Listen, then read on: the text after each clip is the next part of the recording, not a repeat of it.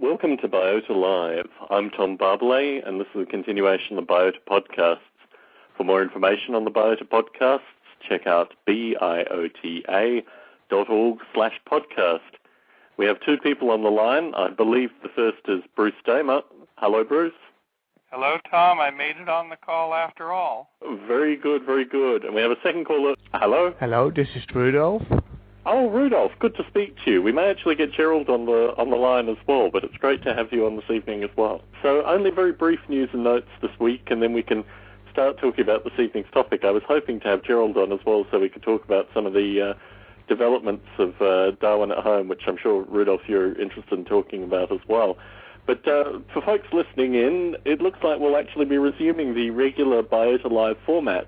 I hope to be recording in 2 Fridays' time. There's still some issues with regards to a few things which may stop 2 Fridays' time from being the date of recording, but I certainly want to start up the Biota Live recordings again because I got a lot of community feedback, a lot of community support, and my situation may actually be changing in the near future, but I can't talk too much on that.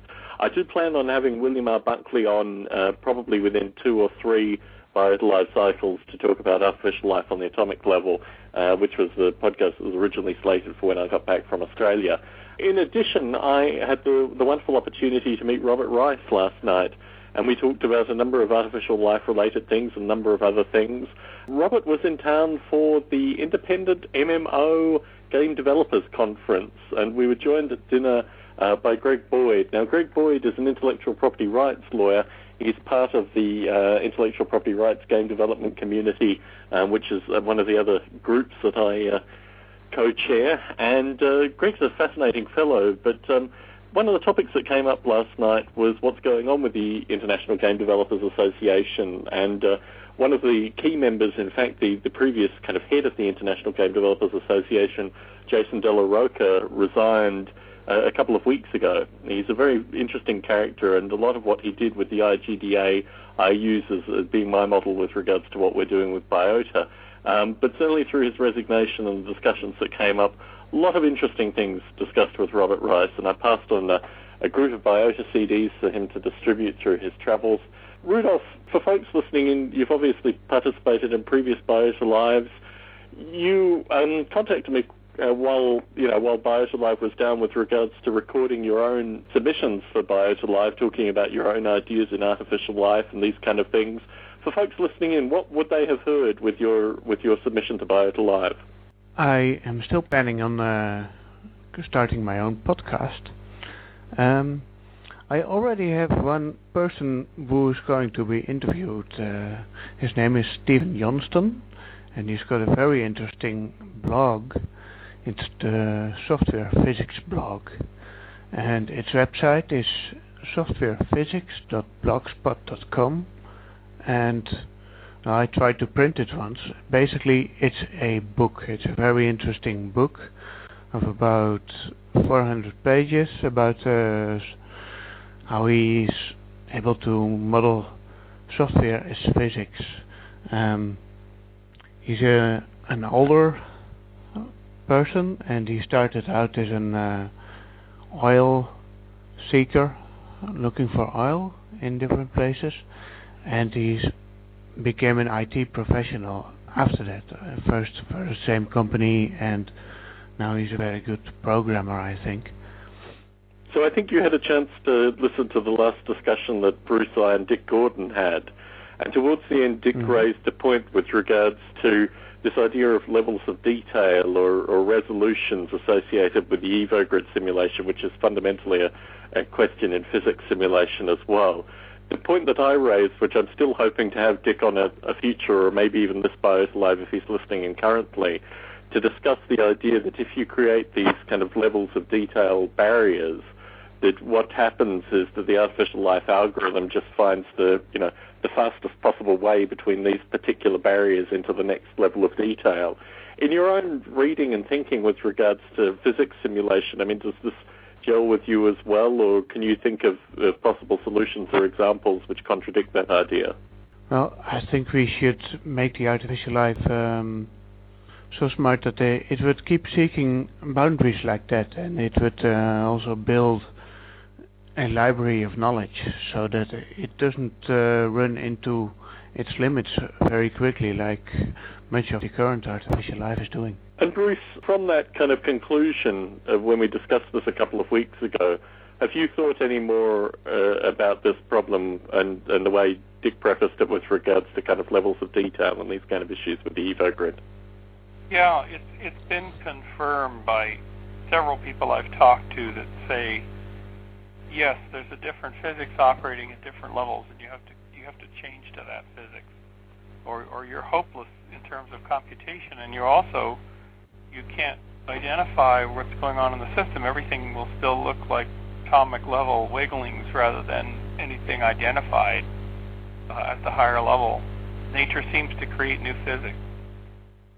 But using Larry Yeager's example, and I'm trying to think, I think it was even with Carl Sims' blockies, in terms of boundary conditions, what artificial life is very unique in some regards in terms of the way in which it interrogates environments. And my concern would be, coming from an artificial life perspective as opposed to necessarily a physics simulation perspective, as soon as you start creating these boundary conditions, and they have to be defined in some way. I mean, this is what I was prompting Dick with regards to specifically. Could you give an example of even things like the boundary conditions of surface tension that would move from, atomic to molecular to, from the scales and the transitions? How would this be defined? And then, obviously, the artificial life algorithm would optimize to making that jump, as opposed to questions of novelty, questions of actually jumping through possibly multiple stages of these physics layers. I mean, if you imagine in the atomic sense, it would be possible to have kind of wiggly things that, through some method, created kind of Precambrian-like intelligence, whereas larger structures that existed didn't have that component, but they were in a different physics simulation realm, to use, not previously defined vernacular.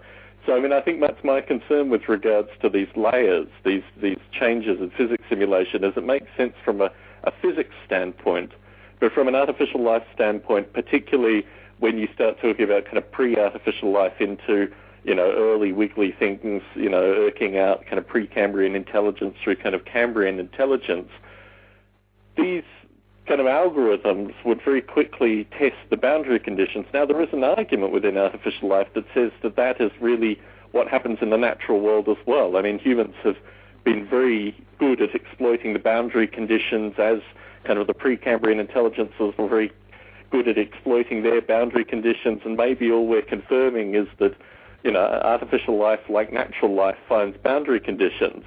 But I think in terms of the kind of initial statement of the EvoGrid, you don't want to construct a simulation which necessarily kind of self-verifies the conditions that you put in the simulation, if you understand what I'm saying, Bruce. Yeah. Does that make sense to you? It makes sense, and the discussion came at the conference I was just at about biasing. If you're searching for the formation of vesicles in an aqueous simulation and you decide to throw more computing power when you see vesicles form, you're selecting for vesicles. And vesicles may not be the best emergent form of an artificial origin of life.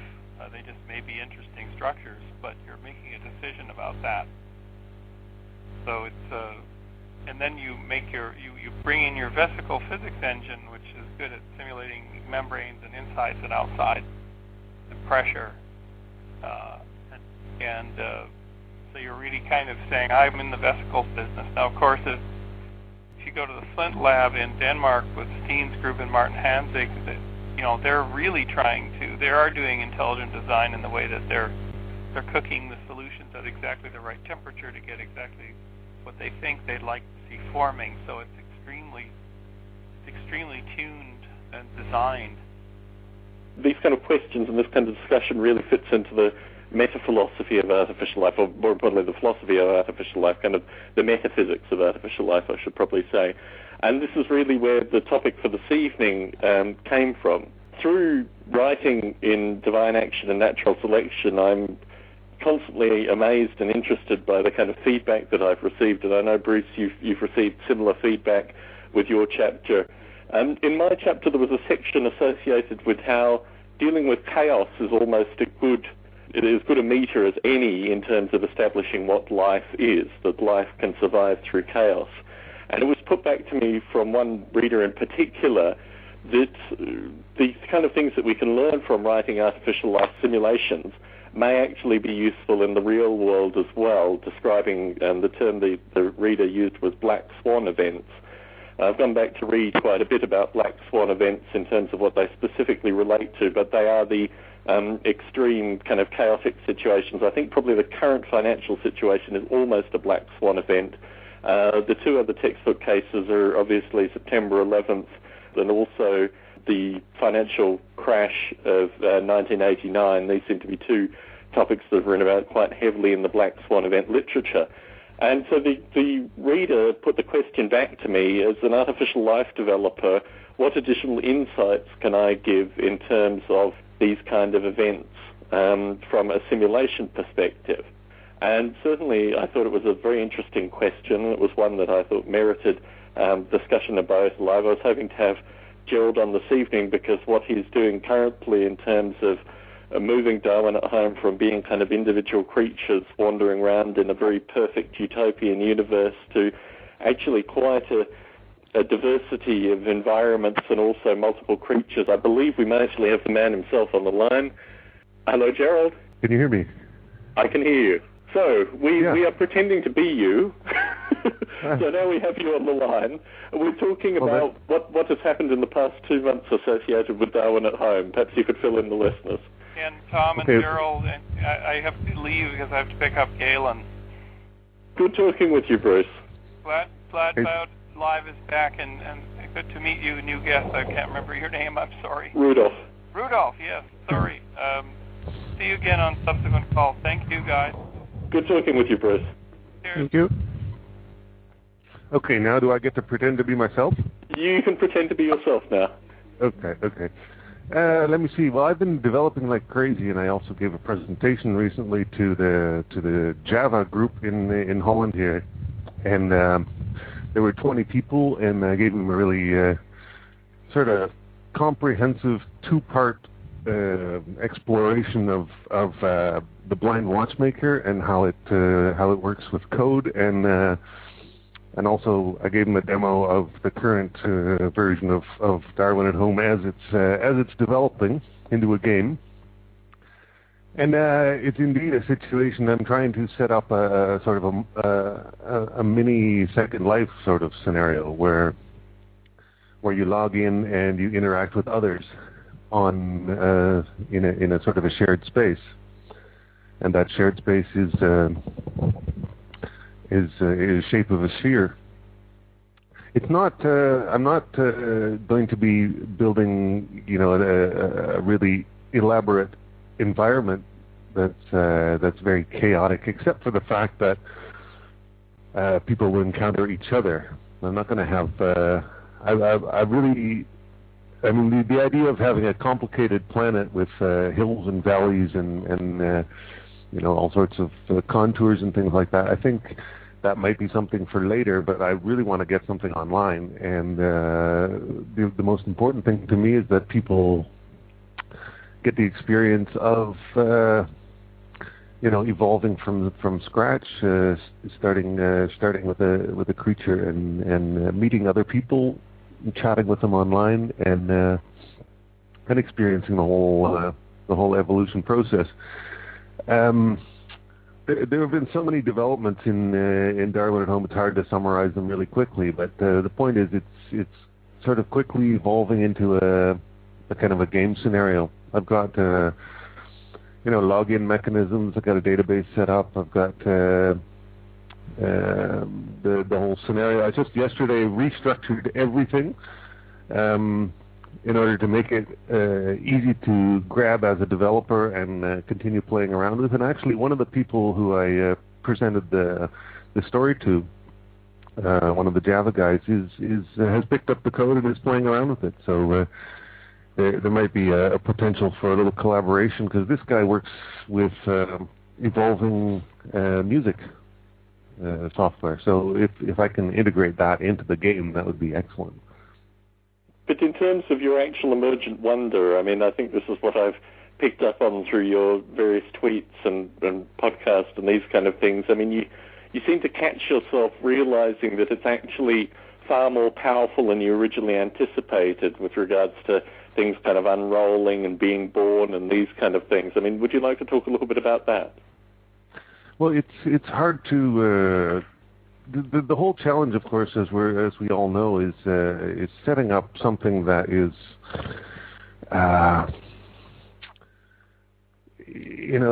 that's realistic enough, yet it does work well enough that people don't, evolution in reality is too slow. So it would take forever to see any results if you imitated real evolution. So what I did with the Blind Watchmaker is I sort of formalized and I made the process that I've done in Darwin at Home earlier. I made that completely generic, and then once again applied it to the Darwin at Home scenario with elastic intervals and with the running creatures and everything. So that has been sort of made generic, and therefore can be applied to any number of evolution scenarios. And then what's happening in the Blind Watchmaker is extremely straightforward, but at the same time you can actually see the survival of the fittest happening, because what happens is, first of all, the creatures grow according to their growth behavior, and then when that's completed, when they've used the first amount of energy, they switch over to a movement behavior, and that involves initially, of course, random muscle contractions, and those are also implemented and working in a very different way than it used to in Darwin at Home, because it's really now just muscle contractions that are distributed over the body. Instead of having everything following a single clock, these are just individual contractions that are combined together. And I know I'm trying to summarize it really quickly, but what the Blind Watchmaker is doing, it's literally just interpreting a script, and that script is written in binary language, which is the genome. So, there's a script language, and it's ones and zeros, so there's no syntax errors. And you build... Oh, no, I think we've lost Gerald. I think we've lost Gerald mid-spiel, Rudolf. So I hope he'll call back in, and we can probably line it up. But I had a question for you, Rudolf, in particular. I mean, Bruce is talking about there being a kind of sub-conference for Biota at the upcoming Artificial Life 12 conference, which I believe is being held in Norway, although I could be wrong on that. If such a kind of sub-conference was held, do you think you would attend? Oh, I've got Gerald calling back in. I'll just bring him back in. So, hello, Gerald. I do think so, yes. Yeah, I'm back. You do think so? I'm sorry, Gerald, I've completely derailed it because I had a question for Rudolf, but hearing, why don't we go back to Darwin at Home and I'll ask you the question.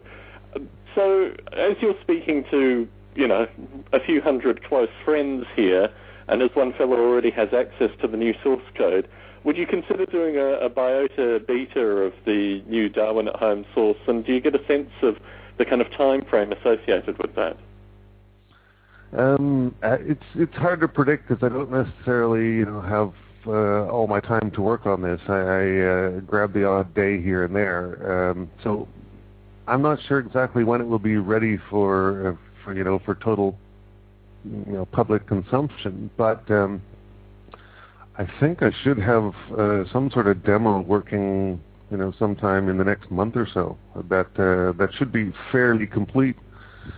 And at least for some people to try out and get some feedback and sort of ramp up to the first sort of public release, because it is something that should be simple enough. Like, one thing I've been really paying attention to is navigation and making that so simple that you can't really get it wrong. And that's not easy in a 3D environment. You've got to be able to find your way around, and in 3D that's not easy to do. And a lot of people have trouble navigating in Second Life. And what I have so far is I have limiting of the degrees of freedom everywhere you are as a viewer of the virtual world. So you're either arriving, or you're orbiting, or you go down to the surface, and then you can move around the surface, and then you can actually attach to something and follow it along, attach to a creature and follow it along. So there are different viewing states, and every one of these states only allows a couple of degrees of freedom, so I can actually do everything with the mouse, with the mouse position on the screen. It's really interesting trying to limit things down so that it makes sense to people who don't really want to invest a hell of a lot of time trying to understand something. It's a really challenge to try and make it, really jump out at people, really straightforward. And the whole time, evolution is evident and taking place. So I think this might be interesting just purely because it's a game involving real evolution. So it's a learning experience for the people who play, and you just get the feel for it. Certainly. And as you may have heard, Bruce is running a track at Artificial Life 12 next year. So I think this is really the point in the future that you should think about with regards to not even necessarily a public demo, but really talking about what the public demo has already shown. If there was, again, my mind's gone blank, but my recollection is it may be in Norway next year. If Bruce was running a track at Artificial Life 12, I'm sure he'd be able to put you on the bill some way. What kind of things do you project that you could display at an Artificial Life 12 to the kind of folk that would attend such a conference? When is it?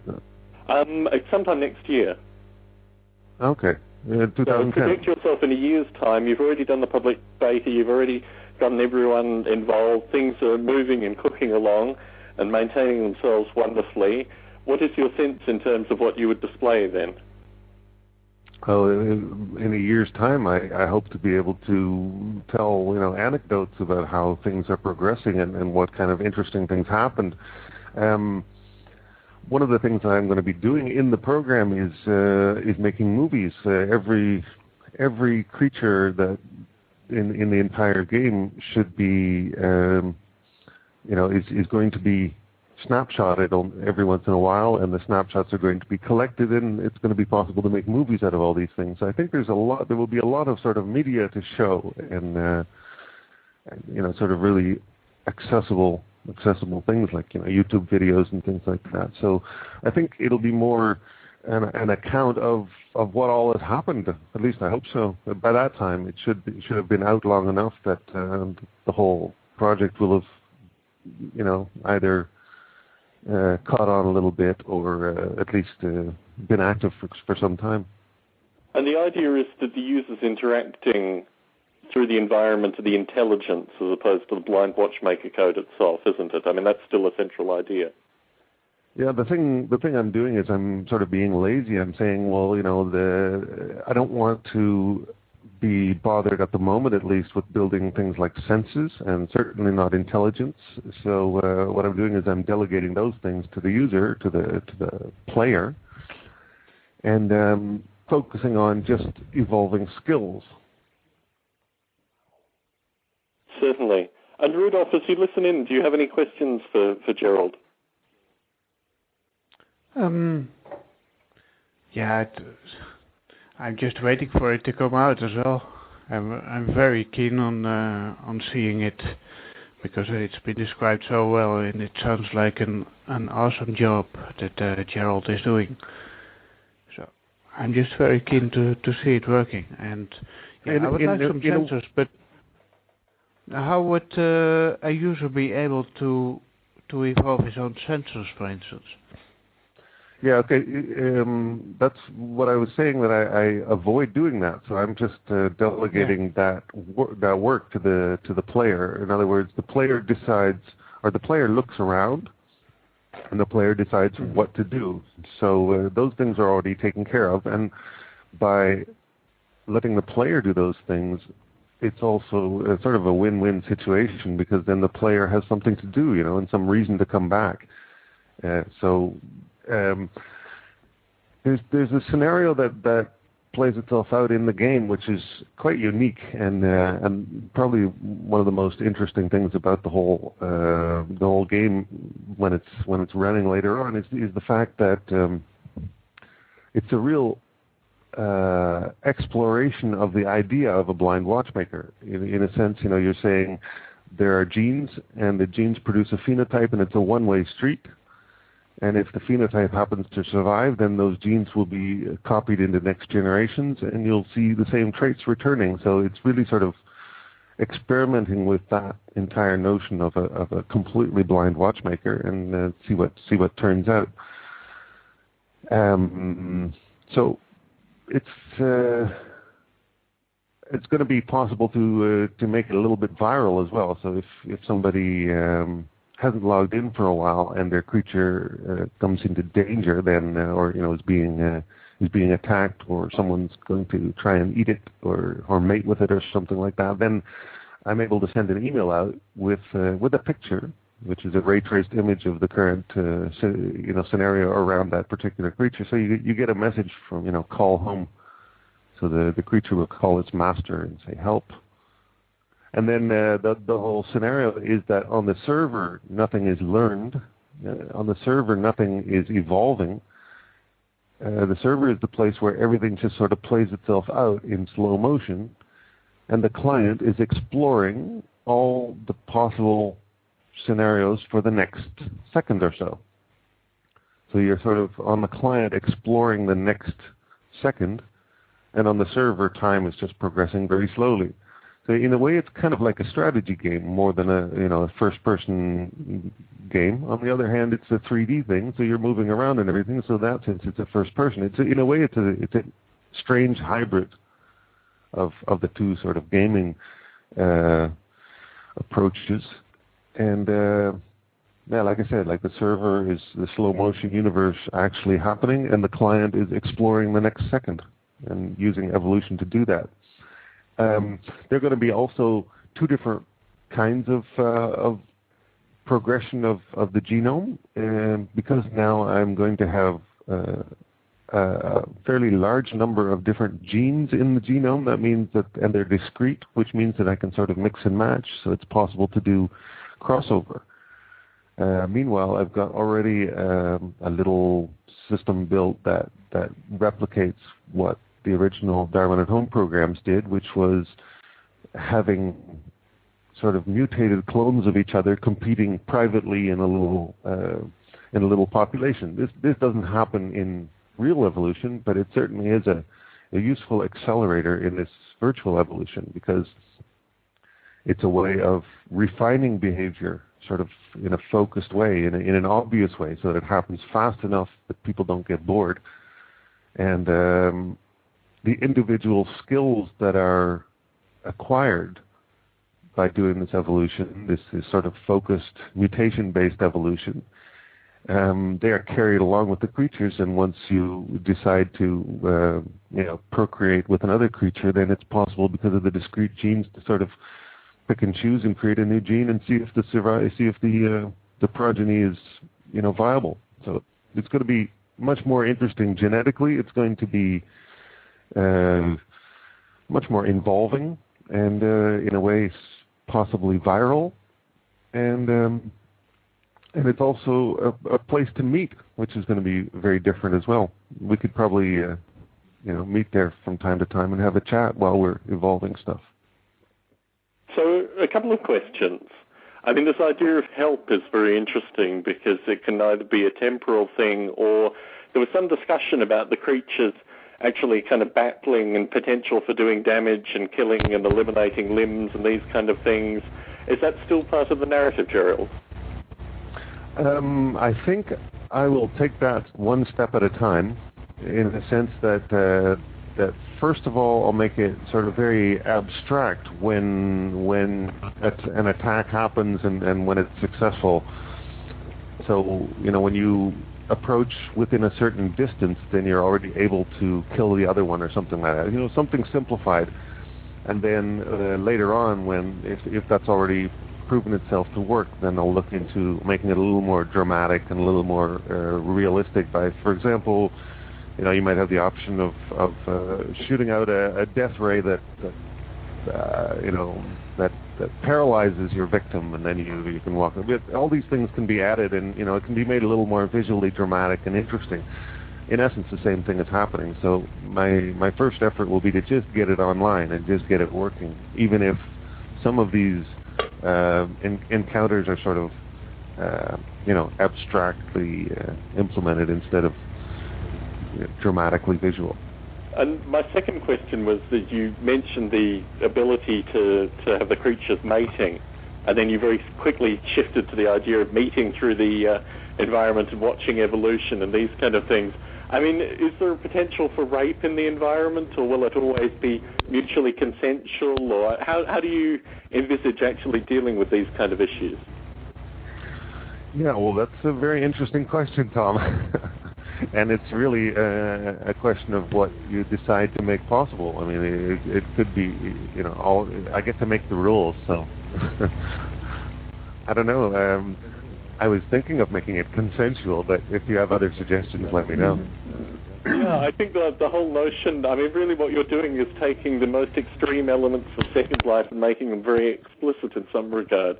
I think all this kind of meta social theory stuff really is probably stuff that we don't necessarily think about when we create these kind of simulations, but are always, raised by concerned onlookers with their own particular views. But no, this is very fascinating, and I mean, thank you, Gerald, for the opportunity to kind of, discuss Darwin at Home in this length as a kind of, topical project, as we're doing with the Evo Grid as well, kind of getting updates and thinking, and certainly passing this out to the broader community in terms of them coming on and talking about their own projects and also giving insights into the kind of, day-to-day, week-to-week, month-to-month thinking of artificial life developers. So the question for this evening related to what artificial life can teach us about dealing with chaos, and this is both within our own artificial life simulations, and it was posed to me almost as the kind of this philosophy of artificial life, which I see, well, I mean, historically, I mean, it's come from the mid-90s with folks such as Margaret O. Bowden and Mark Badeau writing about the philosophy of artificial life. But you made an interesting comment with regards to the possibility of pain and these kind of things. And a lot of the early hard artificial life dealt with robots that actually had pain sensors on them, so you could give them kind of pain feedback and what that would teach them as they moved through the environment. So this is all very interesting. I know we've talked about this briefly in the past, Gerald, but as you develop artificial life, do you think of it as something that can create some kind of meta-philosophy that's maybe useful in the real world as well? Do you see that kind of linking, or, I mean, are you still very much caught up in the fact that you're an abstract artist creating an artistic form? Well, in my presentation to the Java group, I actually went so far as to say it was a different programming paradigm. In the sense of programming, it actually, I think, it's not something that necessarily can be applied to all sorts of existing real-world problems straight away, but it turns the tables in the sense that you're saying, okay, let's construct a system that is scripted, but we're not going to write the script. In other words, you're allowed to, or your job is to create the instructions. So you define what can happen, but you can't define what does happen. And in a way that really turns the tables, and that's a learning experience to be forced to come up with the possible instructions and then just surrender yourself to the fact that the instructions are going to to write themselves, because the scripts that, first of all, scripts can't have syntax errors because they're binary, and second of all, as time goes on, the ones that survive into the future will be better in some way or other, but it really isn't predictable beforehand. So in a way, it's sort of turned the tables on the programmer, which is definitely something worthwhile exploring. Certainly. Well, I mean, if I can play out my own kind of thought experiment associated with this, and also give the introduction again, because I'm not sure how much of this you actually heard. But in my chapter, I write about surviving chaos as being a metric for life, that the ability for Precambrian life forms to kind of irk their way through whatever chaotic environment they were in was actually a relatively good test for life. And the question that came back to me from a reader of my chapter was, is there anything I can, talk about in terms of surviving chaos in the real world, which is highly topical with my current situation, from my experiments with artificial life? And the thought that came to me was with regards to the idea of the intelligent agent in an artificial life simulation, that really what the intelligent agent does, as the Precambrian critter did, was irk out as much of the external world that it can possibly understand through the limited sense data that it's given. And the reader passed me this idea of the Black Swan event, and I think, as with a number of other topics on Biota Live, I think it's probably better that the listeners go to Wikipedia and read what a Black Swan event is. But the two examples that are typically given are the stock market crash in 1989 and also September 11th, as being these, catastrophic and, as particular authors would say, unintelligible events that occurred. And the question back to me as an artificial life developer in terms of what can, developing artificial life teach me about understanding these kind of events, I thought initially was completely beyond the scope of artificial life development. But then I started thinking about the ideas of what an intelligent agent is in a simulation. And certainly with regards to, those events and also the events we see currently with regards to the kind of current financial system, the ability for people in positions of power and these kind of things to deny aspects of their own intelligent agency, to almost deny their own interactions with the environment and the information that they're receiving, is something which is very curious. And I also reflected back in my early Noble Ape development that I thought, if I was to stand in front of a noble ape, if this creature was to exist in front of me, how would it differ from me through being a simulated agent? And the first thing that occurred to me, and I write about this a little bit through the original manuals, is the idea that the noble ape acknowledges all the information that it is receiving in a very explicit way, and we as humans don't do that. We have mythology, we have lies, we have a wide variety of things which remove us from the sense data that is coming in primarily and construct these very elaborate, in some way plausible deniability walls between us and what is going on in the outside world. So to play through the question as I saw it and the way that I used my kind of artificial life development to interpret it, the only thought that came to me is that there is an element of my own kind of political and intellectual pragmatism that has to apply to the solution in this case, or the response. And I think certainly this is something that's gone on through particularly my discussions with you, Gerald, and a number of other folk in the community, that we really do, irrespective of what we learn from our simulations, there is always an element of, some other abstract or particular idea that seems to map onto our response associated with them. I mean, do you think it's possible to construct this kind of philosophy from artificial life simulating without taking a good degree of our own kind of political or ideological baggage along for the description? Yeah, well, I would say at a meta level for sure. Think of it this way. First of all, I would say that the economic collapse that we're currently in is not really a black swan. It was something that if you look at the rules that were being followed and the way they were set up, it's the rules of the game were basically leading to something like this. So it's just a question of time when the thing will collapse. And I'm sure a lot of people were in the know about that. So it's not exactly a black swan, completely unexpected thing. But the interesting thing about that is that all the examples given, including September 11th and 1989, are all things that the same kind of description could say. I mean, there are a number of indicators with regards to September 11th leading up to the event. One of the things that we can learn on a meta level from artificial life development in this context is I think the idea of having a bunch of players playing according to the defined rules, whatever they may be, and searching out every nook and cranny in those rules to be successful themselves. I mean, anybody who has played with evolutionary systems, I remember hearing this from Adam Eremienko quite a bit. The special talent that these systems have is that they find every corner of what you've defined, and they'll completely spiral out of control if they find something that you hadn't anticipated. And the financial rule systems are also just sort of a limited definition of what's possible and what's not. And the thing you can learn from it is that individual agents will just search and search and search for their own advantage, and any hole in the rule system will be used. And when you're saying something about surviving chaos, I mean, the thing that comes to mind for me is just the idea of replication. If you've got enough individuals, and if an individual can just replicate itself to fill the entire environment, then all sorts of chaotic events can happen, which may decimate large proportions of an existing population of genes, but not every single one of them, which means that, of course, the remaining ones can replicate again. So just the simple fact that you're replicating to fill every hole is the way that that surviving chaos can be described. Were you able to listen to the last podcast with Bruce and Dick Gordon and myself talking about the Evo grid? Yeah, I did.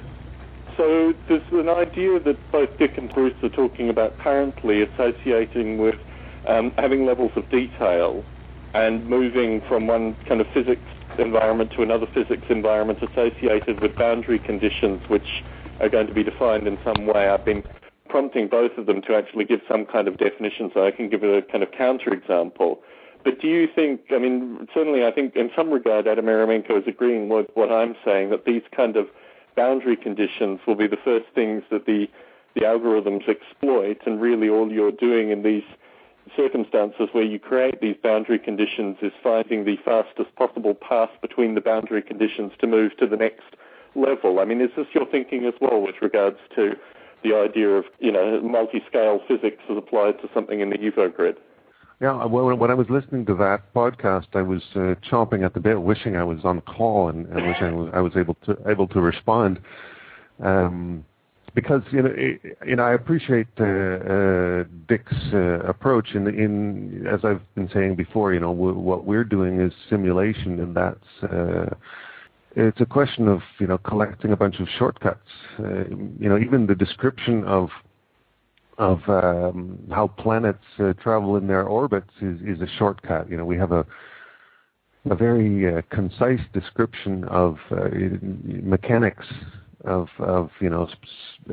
bodies in space traveling around each other, but in reality, we have to admit that these forces are probably taking place at the subatomic level. So, this description of how the Earth is traveling around the Sun is a shortcut, and Dick's idea is that once you've recognized that you've passed a particular threshold, then you can sort of switch gears into a new representation, which is another level of shortcut, that describes things in a different way. Suddenly you don't have to worry about atoms. Instead, you worry about membranes or something like this, taking these steps. To me, that was if you take that process as your way of operating, I think you will constantly have to defend yourself against accusations of intelligent design, because you're just, you're saying at a certain point, okay, this is now obviously the case, so we move on to the next level of physics, and we have something like this again, and then we move on to the next level of physics. It seems really, contrived in a way to make those steps. And what's the thing we have to watch for is when we actually detect a change happening at the level that we're talking about, rather than worrying about or talking about going to the next level. I would like to see an actual and discuss and prove that an actual change took place in the physics level that you're talking about. That's, and then each one again. I don't see the switch from one level to another, from one physics to a new physics, to be something that really proves much. In a way, you're just saying, okay, I've given up on that level. I can't simulate this all, so I'm going to have to take the following bunch of shortcuts and pretend I'm at another level, and then we can observe something happening again. Each one of those instances are interesting, but the progression from one to the other will require the utmost of explanation and defense, because I think that's when you're really treading on thin ice. Exactly, and I mean, how does novelty traverse in these kind of methods as well? I mean, certainly, and similarly, I was on the call, and unfortunately it ended prematurely, and I shot Dick a few emails following saying exactly what you were saying, but also I had a concern that it should be possible in, Dick's levels of detail to jump multiple levels of detail if something evolves so rapidly that it solves two conditions to move up two jumps. And the idea of how you actually kind of continue to map novelty. And I also have this concern with regards to using just real-world simulation. I mean, taking existing particle physics simulator and then saying that this will be sufficient to create, multicellular creatures from it through some kind of evolution of levels of detail. I mean, yes, I think what's interesting to me, and this is something I've tried to prompt Bruce about, is that the folks that have actually developed artificial life simulations can immediately attest to the fact that this is an interesting idea, but something that fundamentally won't work. And I think Adam Eremenko, yourself, myself, we're a team of three at least currently. Hopefully we can put Bruce in the right direction. But I think the idea of specifying these things in advance is something that concerns me as well, which is basically what you were saying. But I mean, if you have 5 levels of detail that are specified and you start the Evo grid at the most basic level of detail, you really are presupposing what these changes are going to be in the future, which just, as a simulator irks me as well. So, Gerald, I will make sure both Bruce and Dick listen to this section of the podcast and respond accordingly, because I think this is going to be a continued topic of discussion. But returning to the ideas of surviving chaos, I mean, do you think this is an adequate description of artificial life, or do you think it's one of the many descriptions of artificial life that, we can use within our own simulations or possibly map back into biology somehow?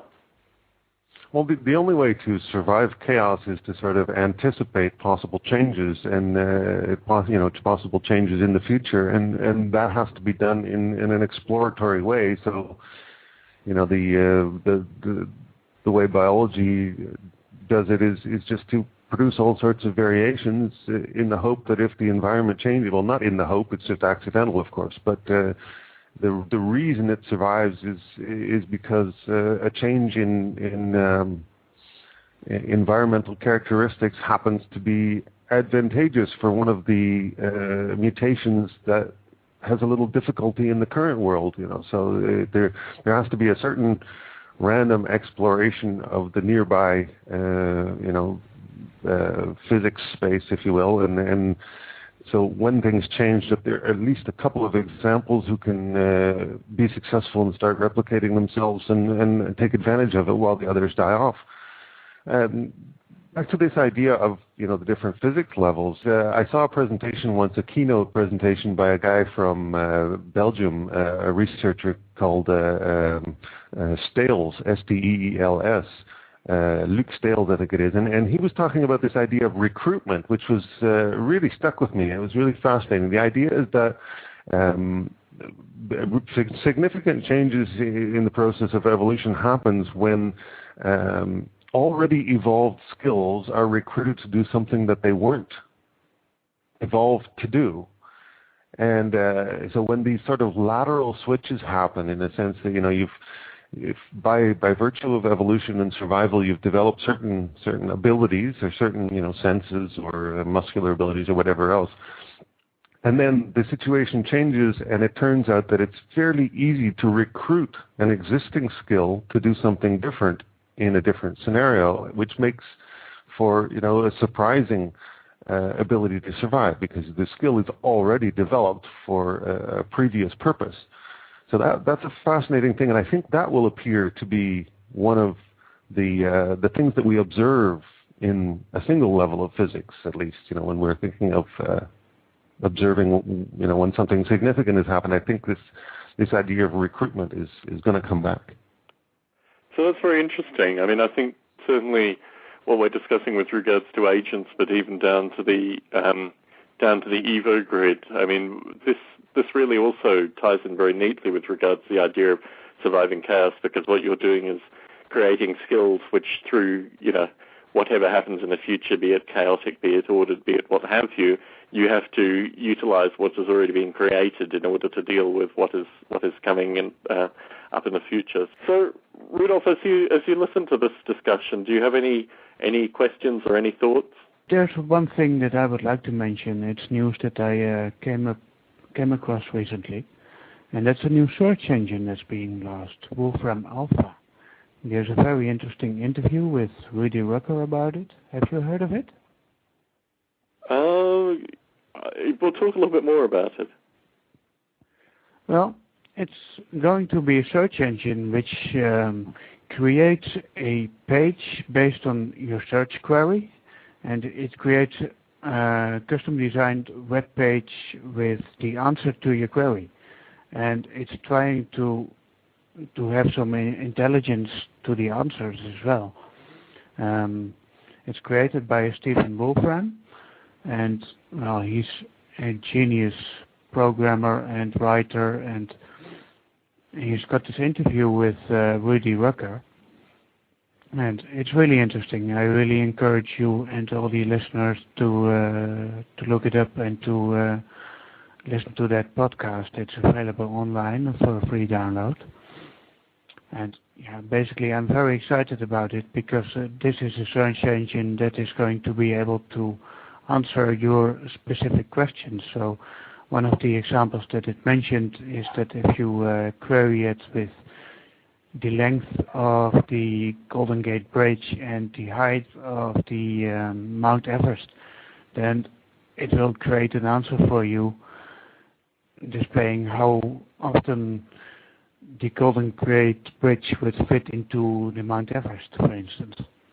And I'm really curious to see how far this would go, because if you can create an answer like that, the next step might be creating an answer to a question like, what would the 69th Symphony of Beethoven have sounded like if Beethoven was still alive? So I hope the software is going to create like a database of knowledge, and would be a next step towards creating intelligence in computers.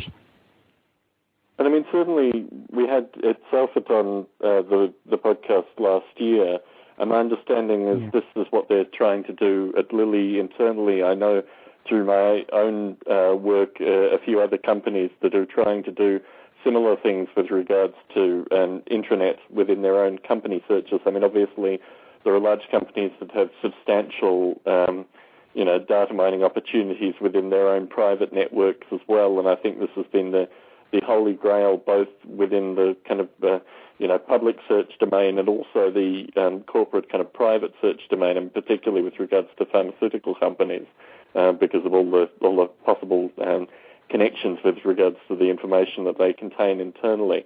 So yes, I think this is an emerging field. And in terms of artificial life's contribution to this specifically, what's your thinking, Rudolf? Well, I'm afraid it's more AI than artificial life, but yeah, it all depends on how you would define life and artificial life. And to me, as a biologist, it doesn't really matter much as long as it produces the results, you know. I mean, in certain definitions, all of our culture and cars could be named alive, and I frankly agree with that, because you can see evolution in makes and models of cars as well as in classical life than that you see in trees and things like that. I mean, it's fair to say that cars evolve a lot quicker than trees do at the moment. And, well, they are certainly an extrapolation of our human life and culture. So why not call them artificial life, and why not call a search engine like this the next expression of our life and culture? And well, and certainly itself, it makes a strong claim that the algorithms that they use for these kind of intelligence searches are very well based in artificial life. And I think what you find with regards to these kind of technologies is, whilst they may not be explicitly shown as artificial life, the underlying algorithms tend to either explicitly be artificial life related or at least have artificial life related roots. Gerald, do you know anything about this search engine? Do you have anything to add? No, I'm going to definitely take a look at that. I'm a big fan of Stephen Wolf from ever since I was on vacation once and submerged myself in a new kind of science, which was a very thick book to have on your deck chair. You know, it's a serious, you know, several inches thick volume. But it was just wonderful. So he's done amazing stuff. So it's got to be interesting. By the way, I was thinking in terms of, you know, evolving culture and making the analogy to artificial life. I would say that maybe the current economic crisis was an extinction event for the SUV. Possibly, or an extinction event for a wide variety of things. I mean, certainly talking to Greg Boyd last night, he's a New Yorker. There seemed to be a wide variety of extinction events associated with creatures that used to exist in New York City. But yeah, imagine the creatures scurrying out of New York City these days. Yeah, well, that's exactly what he's saying. So yes, maybe we've got a lot more to give as artificial life developers to social theory. So I'd like to thank you both for the opportunity to chat this evening. I mean, certainly we've touched on a few of the issues that the reader corresponded with me about, and I think this may be an ongoing topic of discussion. And I mean, Gerald in particular, it's wonderful to have you on and have the chance to chat more about the developments of Darwin at Home. And I mean, please come back on a regular basis as you have done and fill us in with the developments. And I mean, Rudolf, it's wonderful that you're going to be recording podcasts in the near future. And I mean, certainly this is stuff that Gerald and I have been doing for a while, and I think both Gerald and I have had, real fun with regards to recording podcasts as a means of bringing new people into the discussion and also kind of giving a pulse with regards to our existing projects. Do you get a sense, Rudolf, in terms of your time frame for recording the podcast? Yes, I've talked to my first guest speaker, and he will be available next week. So yeah, I think before the end of the month I should have a first episode up. Terrific. By the way, Rudolf and I are both attending Dick Gordon's Second Life course, Embryo Physics, which is also, I've been there a number of times already. That's fascinating as well. I once had a nice 2-hour discussion with Dick after the first course I attended, and we had a really fascinating exploration. He was showing me the idea of all the different parts of the cytoskeleton of the cell and how tensegrity might be involved. So this is becoming a little interesting. I'm going every week on Thursday night. I go to this place in Second Life, and Rudolf is often there as well. So, and different presenters, and I'm going to be presenting actually as well sometime soon. I'm going to be showing them a bunch of simulated tensegrities. While I'm developing Darwin at Home, also on the side, I'm trying to generate some movies about tensegrity so that I can give an interesting discussion of what it feels like and what it means to this embryo physics course. It should be interesting. And Dick wants you as a PhD student, doesn't he, Gerald? Oh, I haven't heard anything like that. Oh, I thought you were CC'd to the wide chain of texts that you should be reading and things of that nature leading towards a PhD. You know, I can't. Well, whatever. We'll see. Anyway, well, as I said, it's been wonderful chatting with you both this evening, and my hope is that in 2 weeks' time there will be another Biota Live. There are a few things that may occur, and also we may start playing with times too. I mean, I think this time, if we did it slightly later, it might be a little easier for Gerald and Rudolph, but also I think there are other times that folks have talked about with regards to holding Biota Live. So I'm open to time, submission, discussion, tom@noblelake.com. It's been a pleasure talking with you both this evening and also obviously talking with Bruce initially. In 2 weeks' time, topic yet to be decided, but if you'd like to submit a topic, again, tom@noblelake.com. Thank you both. Thanks to the folks for listening in.